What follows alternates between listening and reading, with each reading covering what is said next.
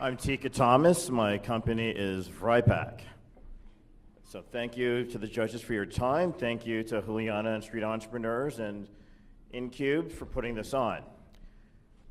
All of us are on the move at some time. Last night I was on a plane flight in from California. Whether you're on your typical Sunday cycling route or you're touring a city in Europe or something like that, you want your keys, your cell phone, your passport, your glasses, a few key things on you at all times. And I'm here to say that Vrypak is the best solution for that. You can pass this on. The key to it's a small backpack. The key to making it all work is the two straps in front that tighten and adjust to just about anyone. It hardly changes your profile, weighs less than a pound, and it has hardly any influence on your center of gravity at all. So, truth be told, I actually conceived it right here on Georgia Avenue. I live right in Columbia Heights and wanted to go for a short run. My name brand backpack was just too cumbersome. I couldn't find something right sized for it. So, hence, after years of development and feedback from friends, here's the final product. Its unique selling proposition is that it is, you forget you're wearing it, and what you're really paying for is, when you're exercising or traveling, you have your essentials on you, and you literally forget you're wearing it. So my Instagram feed, which is Instagram/Vrypak, you'll see pictures sailing. There's horseback riding. People just going to brunch after a yoga class. There's all kinds of uses for it. Each and every one of you, it's holiday season, each and every one of you has someone on your list that would appreciate one. Just last week, a travel blog listed it in their holiday gift guide.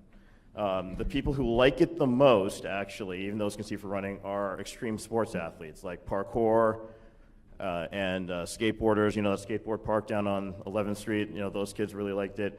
So, yeah, it has a whole bunch of applications. What I'm really looking for are just marketing and sales partners. I'm not looking for investing per se, just people to help push the product out. I already have the inventory. So, thank you for your time, and just remember, when you're on vacation or exercising, lighten up a bit with a Vrypak. So I will take your questions.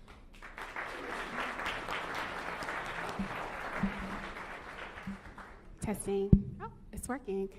I hear you. All right.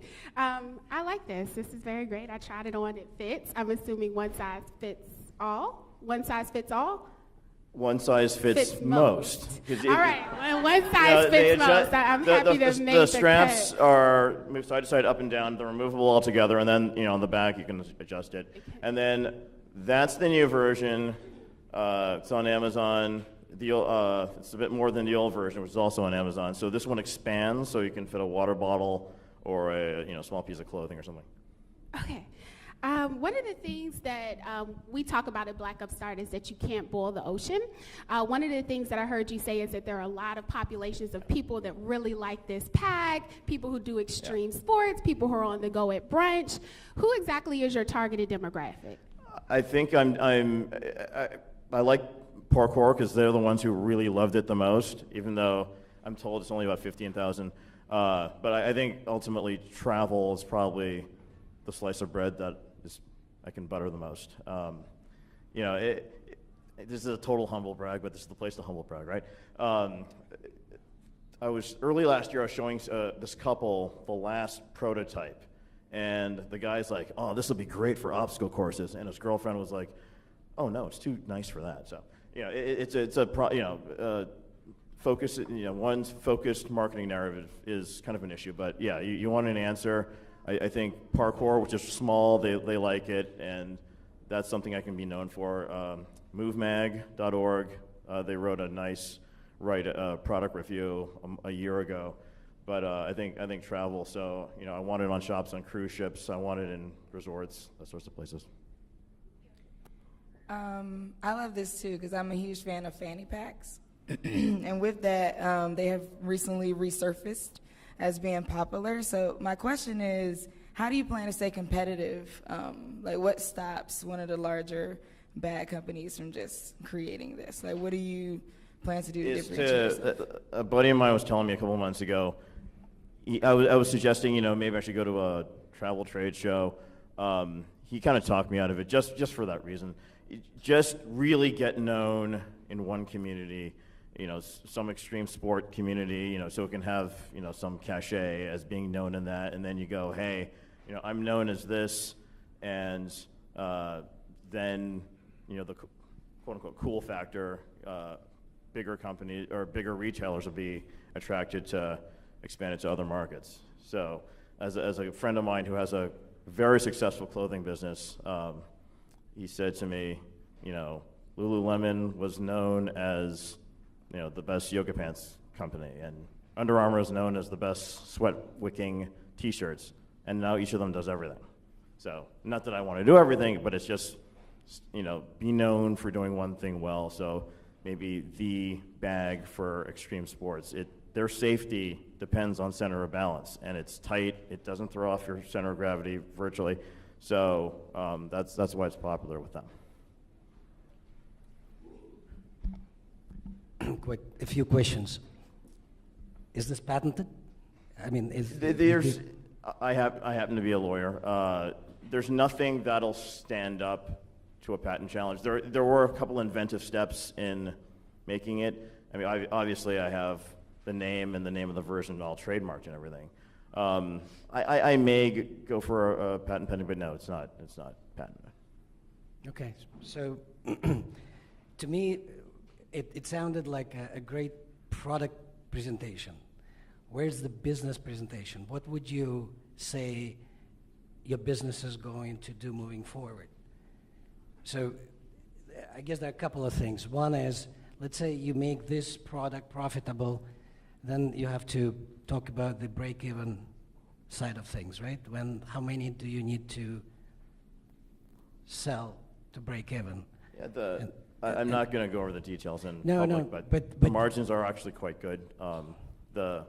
My manufacturer's distant relative. Do I have a number? I wish I... Well, you said you sold 15,000, so...